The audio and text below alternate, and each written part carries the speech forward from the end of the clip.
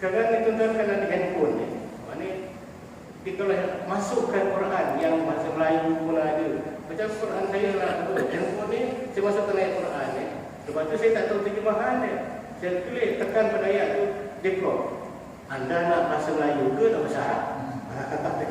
Jadi kebetulan saya masukkan dulu. Yang pimpin Rahman tu semua ada dalam ni. Kemudian yang bahasa Arab tu tebal begini tuan-tuan. Dia ada 10 buah buku, satu buku 500 muka. Kalau 10 buah apa, 5,000 muka boleh masuk dalam ni. Itulah saya fikir Korea tu, Samsung ni yang buat handphone ni, kalau dia masuk Islam tuan-tuan, berlori pahala dia. Malaikat pulang kembali. Tapi buat selamat macam buat selamat A, buat selamat B ni, kita ni tak reti buat selamat, buat handphone kita pakai dia. Oleh itu masukkan ayat Quran. Jadi tengah kerja tu, apa tadi kerja buka ni baca. Itu yang kita dengan kita tak suki. Kadang-kadang masa khutbah pun dia buka ni, buka handphone ni. Bukan dia WhatsApp tu, bukan hantar pesanan tadi baik, ditulis kandungan khutbah tu. Jadi itu maknanya bagus ni alatnya. Baik, sekarang ni kita teruskan lagi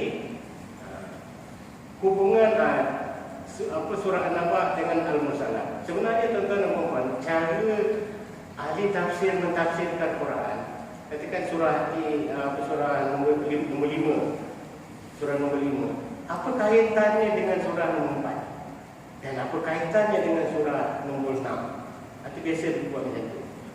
Tapi kalau kita baca macam pimpinan Ar-Rahman, kadang-kadang dia tersentuh sikit mana hubungannya dengan surah utama. Kan itu masa kita ngajar ni, kita kata murid-murid ingat tak minggu lepas cikgu dah cerita apa? Murid pun ingat. Gini cikgu nak sambung. Itu masa cikgu tak suki dekat sekolah lah.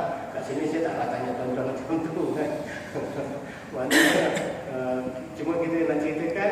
Jadi surah An-Naba yang kita nak fikir, nak baca, nak dengar cerita ni, dia ada kait-kait dengan surah Al-Mursalat. Surah Al-Mursalat ni, Mursalat maknanya makhluk-makhluk yang dihantar banyak berturut-turut. Tapi kita tak sentuh ni, cuma sebahagian.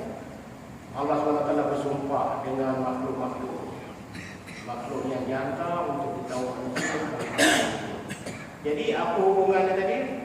Sebelum surah Naba ialah surah Al-Mursalat, kita dah tahu 3 sudut menunjukkan perkaitan antara An-Naba dengan Mursalat ni, iaitu pembuktian kebangkitan semula, penerangan syurga dan neraka, penghuraian perkataan umum iaitu yang mujmal ni pada surah Al-Mursalat. Jadi yang pertama ni pembuktian kebangkitan semula. Dua-dua surah ni cerita tadi tuan-tuan. Surah Mursalat sebelum tu pun dah sentuh kita bila kita mati besok kita hidupkan semula betul. Bila datang surah An-Naba ni diterangkan sekali lagi. Itu maknanya ada persamaan. Begitu juga dengan apa? Penerangan syurga dan neraka.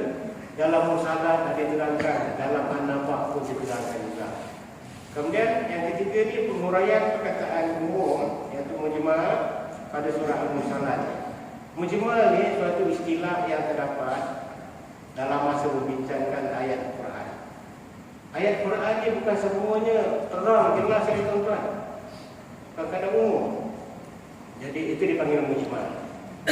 Wa aqimus shalah wa atuz zakat. Allah SWT kata dirikanlah sembahyang. Macam mana cara nak sembahyang tu mana? Diri ke, duduk ke, nak baca apa ke? Dalam Quran tak ada terangkan tuan-tuan. Dalam hadis orang terangkan. Ini contoh ayat yang mujmal. Kalau ayat tu terlalu umum. Maknanya dalam bahasa Melayu pun ada dengan jumlah, mana dengan cara jumlah tu rangkum.